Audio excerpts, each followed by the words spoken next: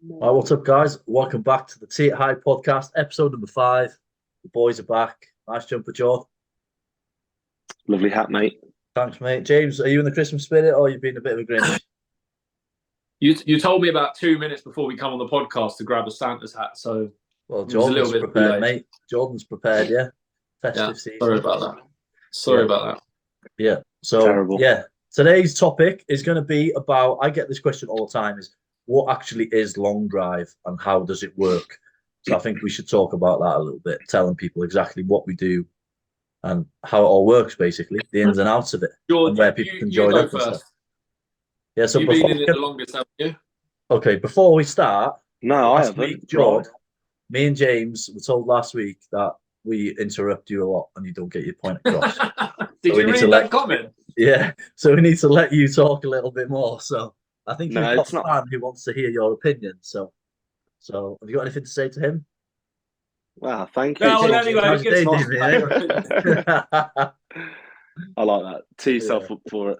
So apologies to that guy who commented saying that we jump over Jordan a little bit. So we'll let you talk. I'm patient. James just gets excitable, so he has to just jump in.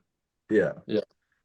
Right. Bro, so do you know what I've just noticed? You've got Go all on. your trophies in the background as well. what? I Just need one to of put all them. mine Just one All of them. two of them. in. I'm gonna have to fill the shelf in here with some trophies. They're all fake trophies. He's gone down the trophy shop and bought them himself. Yeah. I left the rest in my mum's house. Right. So, what is long drive? I get asked this question all the time. I don't think people understand the concept of what we do. They just think that we hit the ball far and basically the longest ball of the day basically wins the event. That's what most people think. No, So, it's the floor is yours. Explain. Yeah, I must say it's a common misconception. I do get it a lot because people say, "How did you get on in X, Y, or Z competition?" And you'll go, I don't know, lost in the quarterfinals and it's at 410 yards," and they'll go, "Oh, what did the winner hit?" But by the time it gets to the final, conditions could have completely changed, or they just haven't hit the ball as far. So it's not necessarily whoever hits the longest ball wins. It's who hits the longest ball at a particular moment, and then you advance all the way through the competition. So there's an element of consistency. So as you proved, I think it was 4 years ago, not always the longest hitter wins. No, that's Weirdly. true. Yeah. So we competed 13 times in that year. I had the longest ball 11 times out of them 13 events, and I won one I had one. competition. I had one. So yeah, so it doesn't show. It shows that the longest ball doesn't always win. It's obviously the timing, isn't it? So Yeah. yeah. So James, you gave it a little bit extra as well. So what do we have any do we have any rules in place to start with before we get into competitions that we have to follow, like equipment wise? Yes. Anything like that? So it's changed. So when we first started long drive, when I first started long drive in 2000 and not the back end of 2019, we were doing 8 balls and 3 minutes, which 8 balls is quite a lot considering now. So they've cut it down to 6 now. 6 balls in 2.5 minutes, isn't it? I can't remember if it's 2.5 or 2:45. I think No, it's I'm sure it's 2.5. They don't put the clock on. That's why you can't remember. I'm sure it's 2.5. Yeah, so we'll go with 2.5 anyway. Yeah, so 6 balls, 2.5 minutes. We do a point system now, which we never did before. Like I think we touched on this last time. So before, let's say I was hitting, and then Brian Jordan were in my group, and they were hitting after me, and the wind completely changed. We're now scoring against each other, but we're not on the tee box against each other. So it's completely unfair. And we used to have so much back and forth, like talking crap to each other, like, "Oh, yeah, you hit it longer because the wind changed it." So the point system now just eliminates that. So you score points. Whoever's on the tee box at the same time as you, you're scoring against them. The second you all walk off, it's a fresh start. The next group, even if they're in the same group as you, which they obviously will be, they're playing against each other who's on the tee box. Yeah, so it's basically by that is if you're in a group of 9, sorry, George, I'll go. No, you're good. We went at the same time. Are you So butting if in? you're in a group of 9, you have 3 groups of 3 people, and you face every single one of them people in that group. Yeah. So if it's us 3 and 6 other people, I'll face you 2 once, and then the other 6 as well. And like it's a constant round, so you face everyone. Play everyone, don't you? Yeah, so it's even. So yeah, that's basically the group settings, isn't it? So when it comes to like people assume we have illegal drivers always assuming we got illegal drivers. Yeah, our drivers are longer, but they are limited at 48 inches, and they do get measured at most events before the event. Well, some events before the events that they have to be no longer than 48 inches to the top of the grid. So that's the limit of driver length. Is there a difference in heads? Yeah. Slower. They'd be slower, wouldn't they? Yeah, there's less lofts. I'd say we typically use 3, 4, 5 degrees, something around that. Some go slightly less, some go slightly higher. But the heads are actually slower because they need to be more durable. They're actually slightly thicker in the front. Really slow heads will break. Yeah, because just the normal heads off the shelf wouldn't last too well. Yeah, well, I think the biggest. This year, I actually used a Paradigm triple diamond playing head, in 2 events, and I bust it after 6 balls. It was fast, but it just instantly caved. So it just shows the material's a lot thinner. So I think what a lot of people want to know is, everybody always asks me, if I go to a golf club or something and my friends are there, they'll always ask me, like, what is the yardage? And obviously it's subjective to the grid that you're playing on and the conditions and stuff like that. Because sometimes when you say 340 yards is winning sets, it's taking home 200 points in a set, and they're like, 340 yards, I can do that on a par 5. They're like, okay, we'll come over here and do it, and you'd probably be 280.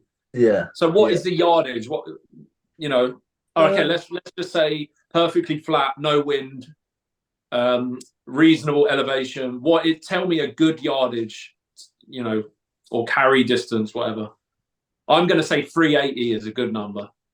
Yeah, 380 to 400 yards. I'm going to say, if you're 350 with them conditions, then James, let Jordan talk, mate. Yeah, we were both same time. If I don't think people realise, like, if you say, like carried it 350 yards, I don't think people realise how far 350 yard carry is. Like, if you try and, there's a difference between obviously carrying it 300 and it rolling 50 yards. If you've hit it 400 yards, it's probably rolled 40 or 50 yards. If we're lucky, I don't think people realise how far it is. Yeah, to try and fly it 350 yards. Yeah. I think there's a lot of people. I think Instagram's killed at how far we actually hit the ball a little bit, because you see all these people on simulators on Instagram posting all these numbers at altitude and downwind, because people don't know how to rig the settings on some machines, and then they just constantly hit the 400 yards, and it's just like, well, if you're not hitting it 400 yards, there's no point getting into long drive type of thing. Everyone just assumes 400 yards is the number. But like you said, James, conditions vary massively. Like, I think, I don't remember what year it was, George, 2018, I think it was. We were in Munich, and I hit the longest ball at 430 yards because it was slightly downwind over the range. And then it flipped, and I was hitting it 350. Yeah. I lost 80 yards just because of the conditions. So I was really a number, is there, that you can say that? I didn't really change that much. I went from 410 to like 390. Yeah, I changed massively. I was hitting boom balls, hitting high to James back then. I think. Go on, Jordan. No, sorry. No. I ain't saying nothing. I think people don't actually understand how hard it is to hit 400 yards, because we've had comps that are even slightly downwind. You need a considerable headwind for it to. Sorry, what I got it mixed up. Tailwind. You need a considerable tailwind to actually go 400 yards. That is a long way. If you walk to 400 yards and look back at the tee box, you'd be surprised how far that is. Yeah. And obviously the grids we get aren't perfectly flat, are they? There's always something, a hill or a bunker or something in the way. I was going to say, I think you did your first event in 2017. I think you did like 1 or 2, didn't you? Did you do 1? Yeah, I did Denmark in 17. Yeah. So I've had 2018 full season, 19 full season, 20 COVID, 21, 22. I've done like a few events. So I've had it's been 5 years since I started doing long drive, and I could probably count, I'm going to say maybe 5 or 6 tournaments where the conditions have been that good that we've been able to hit 400 yards. It doesn't happen that often. No, and if we're ever, I don't know many times that I've ever gone to a tournament as well and you've gone, oh, this grid's perfect. There's always some obstacle. The conditions are wrong. It's cold, or the wind's wrong. Just something. It's so difficult. I don't think people realise. Obviously, you get the tournaments in Denver, where I'm sure it is Denver, isn't it? Where Bryce Mile High. Where Josh went like 498 or something, or 496. and it's like virtually 500 yards, and then we'd have a tournament that same weekend, and we're hitting it like 350 yards, and people think, "Oh, you're like over 100 yards behind." It's just completely Conditions are different. everything. Yeah, Completely different. You know, we're hitting it in like Germany where it's 12 degrees. There's a bit of rain. The ball's not rolling. We're on a fairway that's an inch long. we have had them conditions, but we have had the flip side as well. Where do you remember that event in Paderborn when the grass was yellow? Bloody down hell! And burn your eyes. It was like 40 degrees, and I don't know if that's one that Don went in the swimming pool. I think we all did. And he was like, we were jumping the pool after. I remember that. That was rigged. Yeah. No, it was all good. So obviously, conditions are a massive. Paul had his moment. Yeah, so conditions are a massive thing, aren't they? He didn't. It's in the book, mate. It's in the book. Yeah. So anyway, I'm not bitter. Talking about what is long drive, so we've covered a little bit there. Like we do a point system, you get 6 balls in 2 minutes 30. After the point system finishes, we go into like a head-to-head match play, usually, isn't it? Unless it's like a double elimination format, depending on how many people we have in the event. So, and then it goes 1 set, 6 balls, knockout, straight through to the final. Do you like that format or not? Yeah, I mean, I like getting into the match play sort of kind of as soon as possible, because I think it just suits me. But I would rather go back to best of 3 rather than just a 1 set shootout. Yeah. James? I just think it's probably, I don't know, maybe a selfish point of view, because I think it does suit the better hitters to have a longer set format. But I don't want to, you just have one slightly offset or somehow go OB or something, and you lose. But anyone can beat anyone in 1 set, can't they? So I'm the same, to be fair. Did anyone get any shit last week about the names we put forward for the 6 versus 6? I didn't. I had a couple of messages of the American guys saying we'd absolutely smoke here, and I was like, so my first reply was, well, if it was a drug-free sport, we'd absolutely annihilate you. And then I got told to stick to soccer, as they called it. So you should have said I don't know what you're on about. Yeah. So James, you've had one today, haven't you? What about you? Yeah. So Matt Stubbs thinks I'm a bit delusional. I didn't say it with Matt. It's obvious. It's obvious, isn't it? I knew. But Matt, every event you've been to this year, I hope you're watching this, Matt, because I'm going to call you out. Every event you've been to this year that I've been to, you've done just as shit as I have, pal. So, so at least the first event of the year, I finished 3rd and you were dog shit. And then every event after that we were at together, we were both shit. So, yeah, I think I got merit on you just about. We need to get Matt on this. Yeah, I reckon we'll get him on at some point. Yeah. We need to get Matt on. Yeah. So another question I get asked a lot of the time as well about long drive is, do we all use the same golf ball? Do we use different golf balls? Do you have to bring your own tee pegs and stuff like this? Is it the same as normal golf? Is it quiet? So just rally them off. Go on, Jordan. It's your spotlight tonight, pal. This is your show, Jordan. Same balls next week. I won't be here next week. Good. Bring Matt on. Same balls, yeah. Obviously, we have sponsors of different events. This year with Noble Golf. Tees, technically, we do have to bring our own tees, but we are lucky enough that Timo and Asmus from Brute supply us, but people still choose to use their own tees if they want to. Yeah. Tees and balls, that's about it, really. Yeah. No, we don't really need to bring much apart from our clubs and ourselves. Yeah. I think people underestimate how important the ball is. Like, for example, when we used the first Noble, that was it must have been 70 compression, or at least 85. It was 85. 85. That Noble it felt about compression. Yeah, but I'll tell you what. A little bit of what. So that last Noble was 85 compression. This new one's like 110. Yeah. We've had way more balls go over 400 yards with that softer ball than this hard one. Just keeping it in the air for longer, isn't it? Spin. Yeah. I find this new. I don't like this new one. I think if you slightly mishit it, it just drops a spin and falls out of the sky. Yeah. Yeah, we were over compressing it and it was narrow in the field, but I felt like a lot more people were hitting it in play and hitting better balls. A lot further balls, and it was a lot more balls. Well, if you remember, you will do more spin, isn't it? Yeah.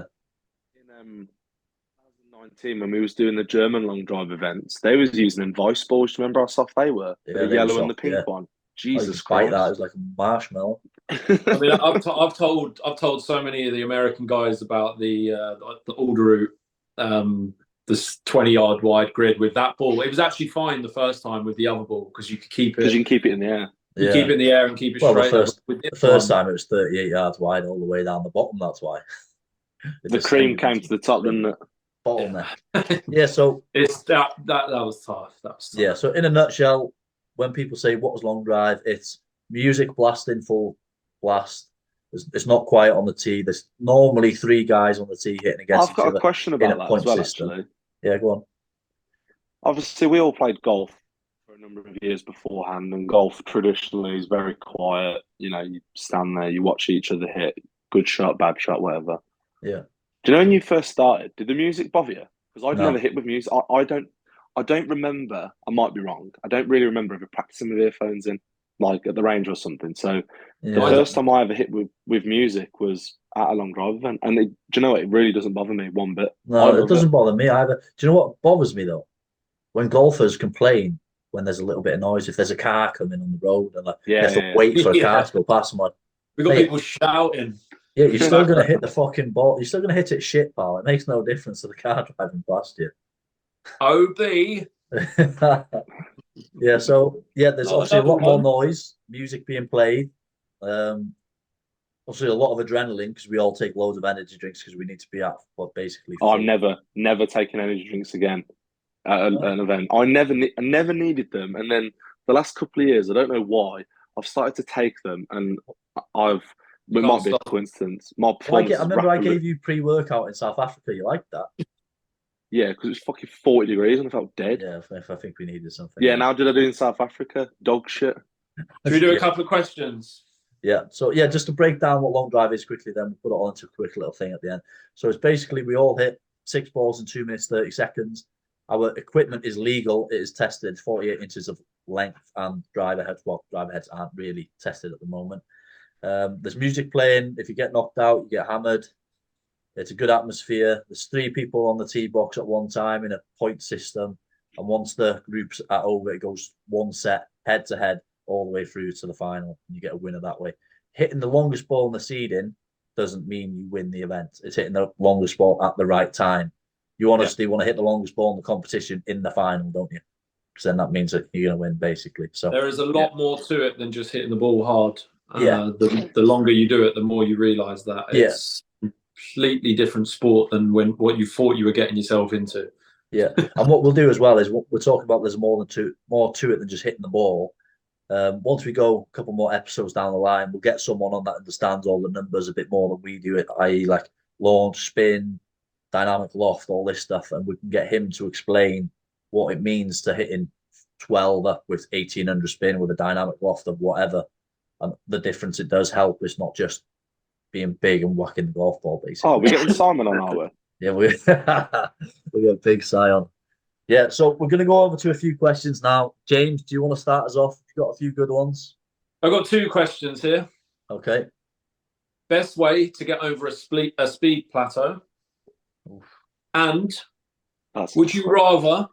Do you want me to say who they're from, or if you want? Actually, no, don't worry about that. Yeah. Would you rather win every tour event or win Worlds?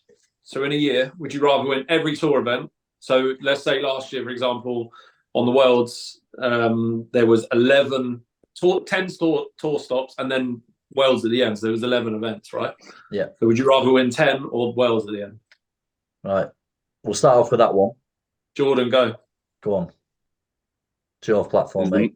I already know. Are we including the money? Well, I was going to say there's 2 ways of looking at it. You can win 10 events because if they're normally 10 grand, 3 events would televise, so they were 30 grand. So that's £160,000 winning 10 tour events, or winning Worlds and winning 75 grand. Yeah, but think what comes from winning Worlds. I'm taking Worlds because you can't take that away from you. Yeah, I'll take Worlds. I think it's going to be easier. Well, it's not going to be easier. It's probably easier winning 10 tour events than it is to win Worlds, probably. Oh, everyone has tour event in 1 year. It's like a different mindset, isn't it? It's like you go to our European events. You go to the first event of the year, you're like, yeah, first event. And then we get the final event in Europe, and you're like, right, it's final event in Europe. It's like a different mindset. So I think it's a bit harder to win that last event. It's like a major for us, isn't it? Yeah, yeah. So I think Worlds is like it that. Is our major. Yeah. So what would you pick, James? Yeah, it's got to be Worlds because of what will come from it. Yeah. Well, you're world champion. Not many people can say that, can they? What? Exactly. What would you rather win first? Say again? What would you rather win first? Would you rather just go straight for Worlds, or would you like to sort of bed yourself in a tour event? Well, I mean, just hear me out. Just hear me out, because I feel like we can take our pick. I feel like if you win Worlds straight away, obviously this is not the reality of it, but people might see it as maybe a fluke or something. Whereas if you win a tour event first and then win Worlds, you've proven it's not a fluke. That's what I'm getting at. It doesn't really matter which way around you do it. I'm just saying, which way would you rather do it? Yeah, I know what you mean. I'd rather just win Worlds and then just disappear forever, mate. With 75 grand. But I'm not being funny. Once you win Worlds, what is the point competing again? Do you know, if you're not winning events all the time, like Kyle in 2019 won every event at Edinburgh Worlds, or pretty much won every event. Just to stop you for a second. Go on. I think going back to when Jordan just said about, like a fluke. I don't think that's possible anymore. I think it could have been a few years ago. No, I don't think it's possible anymore. The word fluke's a bit harsh, but you know what I mean. Like, it's just come out. No, I'm just saying. But I think now you have to be a certain speed to be competitive. I don't think so. Because there's no way everyone's going OB. But I'll use Europe again as a reference because obviously we compete in Europe more often. And no offense to this guy, he's a great guy. Vincent Palm got to the final in the European Championships. There was me, you two. No, George, you weren't there, were you? No. So there's me, James, Henry, Owen, Joe Miller, Martin Borgmeyer, and Vincent's 200 ball speed. Yeah, but I'm talking about Worlds. I'm talking about Worlds. But everyone can go OB. So I think you could fluke a Worlds. Like, you look, it's going to be harder because there's a lot more guys. I almost did. Who? I almost did. Well, you finished third at Worlds, and you were around, 210? I know that's faster than 200, but I think everyone that wins Worlds has luck on their side. Kyle won it again this year, and I think he last balled 3 people to get there, something like that. Yeah, I think he went first match, last ball against JJ. Yeah, and that was a centimetre in or something? It was on the line, wasn't it? Yeah, semi-final against... Who did he beat in the semis? Was it Sean? Sean Johnson? No, Sean. Yes. He would have beat him in... Sean. Yeah. He beat Sean on his 5th ball and then beat Zach on his 4th or 5th ball, I think. But if you think about it, like, as you say, a fluke or very fortunate, using myself as an example, you can do it, because I remember 2019 Worlds, I was in the round of 32, the 2 groups of 16 were broke up, and one side of the draw was pretty horrific. I can't remember the names exactly. And then there was my side of the draw, and I snuck through in, tied 8th place, got through a playoff to get through to top 16, played JJ in the round of 16 on telly. He went OB. Then I beat Moose. Then I beat Moose, outright. I beat him outright, to be fair. And then come up against Kyle and hit a really good ball, and he out my ball. So did he one body, or was it 2-1? No, 2. I remember because he one balled me in Fort Jackson in the semis. And I hit his first ball and flared it right. And I don't know if it was to Jimbo or someone. I turned around and I was like, I thought he was going to one ball me. I remember you doing that. You went like that, didn't you? Yeah. Yeah, and then second ball, he just fucking straight up, just flew it. Yeah. I think I hit like 400, and I think he carried it like 405 or something. Yeah, so we're all picking Worlds, aren't we? Yeah. To finish 100%. That question. Yeah, what was your one, James? How to break a almost fluke it. Yeah. Well, there's 2 different ways of doing it. There's obviously getting stronger in the gym, obviously, is going to be one way, but another one is just as important, is resting. Like, if you're not rested after a heavy session, or if you're going crazy in speed for 2 or 3, 4 days in a row, your central nervous system's gassed. You ain't going to get faster. Yeah. I don't care what anyone says. Like, we had this conversation last week. You can't deadlift a heavy set on a Monday and expect to go PB on a Tuesday or a Wednesday, because your central nervous system is not ready. Does it matter? Does it matter how long the plateau's lasted for? What, sorry? Does it matter how long the plateau has lasted for? Like, if this person's got to X amount of speed, and then like a month later, it's still at the same speed. Because if the plateau's lasted a week, then that's just no patience like, or whatever. A realistic speed plateau. Like, I'll just use James because he's a great example here. James got stuck on 219-mile-an-hour ball speed for about 18 months. And no matter, you got stronger, you got faster, but you just couldn't break that 220. Now you have, you've done it plenty of times. So you've done a lot more than just hitting balls. You've gotten stronger in the gym, which I think the best way to break a speed plateau is getting stronger, as long as you keep your swing in the same position. But you need to allow rest. Technical part. And you never used to rest, James, back in the day when you were trying to push 220 all the time. I've learned a lot about training and recovery. Recovery is such a big thing. It's such a big thing for people, like especially when you're on a speed journey. You need to do it. There's no way around it. And sleep, like you could have a speed session on a Wednesday and you could have a terrible night's sleep a couple nights before that. You're not gonna have a PB on a Wednesday. No. It's just you won't have the gas. And the people that do think you can do it, well, why aren't they deadlifting their max 2 days before competition? Oh, because I'm resting for the comp. Well, you should be resting to hit your PB. It's the exact same principle.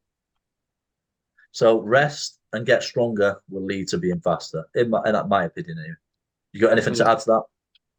No, I think you hit the nail on the head there. No, you're the one with the gym knowledge. I'm not gonna try. Well, no. If you think there's something slightly different that someone can do, just no. Literally, that's what my point is. I don't know. You are the gym expert. Recovery is the biggest thing. Yeah. Right. Well, I'll go into expert. I won't say expert either. Just got massive quads, mate. I'm glad you said quads then, because I didn't know what was coming. Right. I'll go. Jerry has asked us a couple of questions. So first one, he says, training aids. What's good and what's shit? All of Wobbly stick is good, but he wants you to rank them so we can have 4 training aids. Okay, the best is an eagle, the second best is a birdie, the third best is a par, and the worst of the 4 is a bogey. Okay. So speed sticks. We'll start with speed sticks because everyone gets a speed stick thinking that it's going to help them get faster. I couldn't name 4 really. You'll tell me 4, and I'll go, oh yeah, but I couldn't name 4. Yeah, so we'll name 4, and you can rank them, George. So speed stick, where are you ranking it? Eagle, birdie, par, bogey. We'll go par. Okay, because I don't know what's coming next.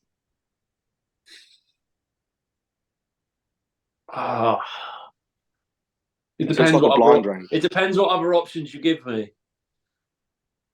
I'm going to go par as well. No, Jordan will rank them. Me and you will name them. The 4. Oh, sorry. Well, I can't get to rank them then. Well, we're going to agree with Jordan, we really. The wobbly stick. What's the actual name? It was yours. The yellow one you gave me. The yellow thing. Oh, the tempo trainer. Yeah, class. I like them. I'm gonna go eagle. Oh, I'd probably say that's the best one as well. To be fair. Why? I just think it's so good, mate. It's because it's so heavy and wobbly. It just allows you to loosen up your whole body at the same time as sequencing your swing. Yeah. Also, if you get used to hitting it, like if you can hit a goal, like a sphere off a sphere, the fucking point of impact has got to be so spot on. I think it's good. It's good for your eye. And we've got a video of that, George. So I'll put that video in here of me and you trying to hit a wobbly stick.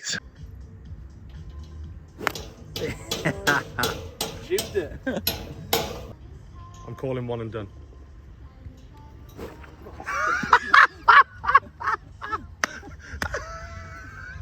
In here of me and you trying to hit a wobbly stick.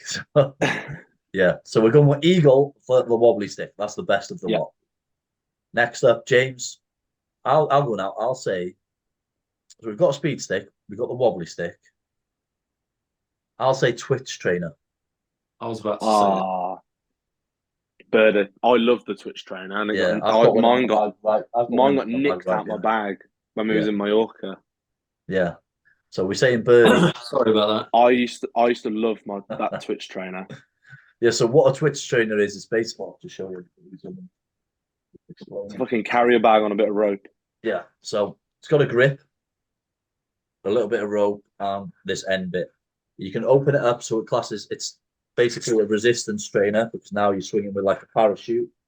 Yeah. And then obviously you can fold it so it's more of like a speed trainer at the same time. It creates like it's basically like has a drag effect, but it's really good for loosening. I used to find it really good to loosen up for hitting. Yeah, so we're going birdie on that one. Yeah, I was close to saying eagle, but yeah, okay. I'll go birdie. All right, last one then. Well, then last one. Bag. I like the idea. I've never tried it. You never tried it? I would go impact bag. I would with a speed stick. So I'd put the speed stick at a bogey and I'd put impact bag on a par. Yeah. Right, tell me why you would put speed stick at a bogey, because a lot of people, the biggest question I ever get about someone who doesn't know anything about long drive is, should I buy some speed sticks? So, all right, tell them why you don't think. Well, this is not a cop out answer. This is like process of elimination. I had to put the other two at eagle and birdie, and I think an impact bag is really important, more for like the swing mechanics rather than a speed thing. Because obviously it's what it's for. It's an impact bag. So if you can improve your impact position, i.e., but hitting in something with resistance as well, I think that's more important than just swinging a stick loose. So do speed sticks make you quicker? Because that's what everyone wants to know. I think so. I think they teach you how to swing it faster. I'm gonna say they don't make you slower, is what I'll say. What a cop out!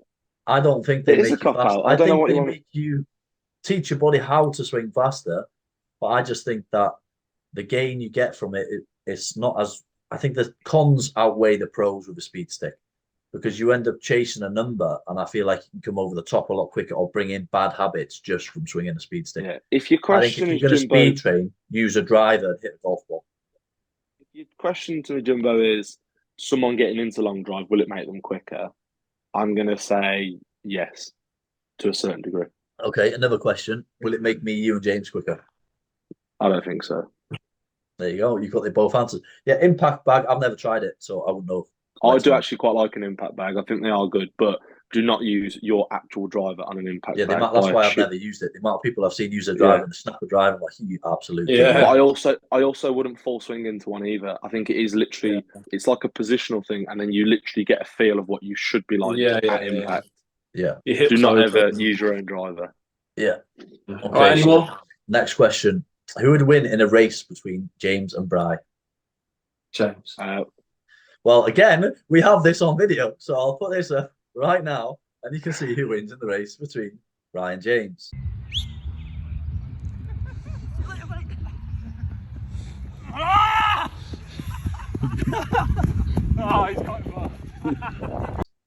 But in James, I win this race, as you just seen. But in James's, I can't even remember the word I'm trying to think.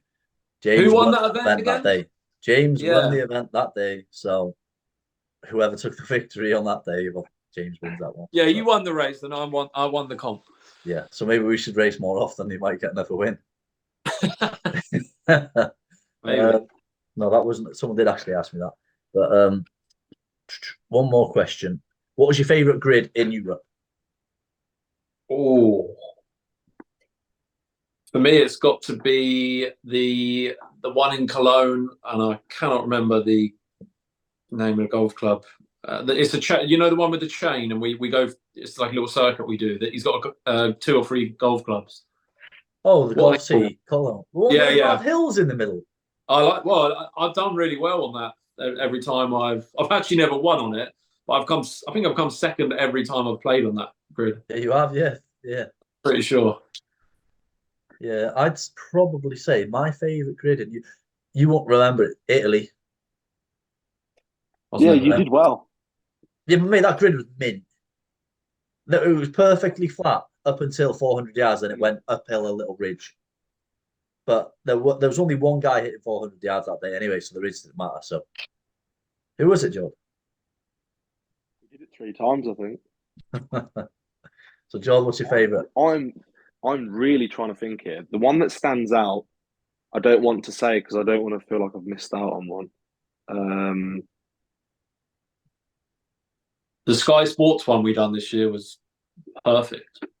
Yeah, but again, at like 370, there was that hill, wasn't it? It was good, but I wouldn't put it as my favourite. Italy was probably my favourite one I've competed on. So I'm going to say Munich Golf Club is pretty good. Yeah. It's massive. And do you know what? If it wasn't so narrow, all the routes pretty good. If it was wider, it'd be class, wouldn't it? To be fair. Yeah, because the weather's been mint both times we've gone there as well. Straight Yeah. downwind. If that was 50, if that was 50 yards wide, mate, that'd be phenomenal. I'm trying to think. Like, cutting the trees down, pal. I was going back through events. There's Remember always something wrong with Chester Racecourse was quite good. Do you remember that?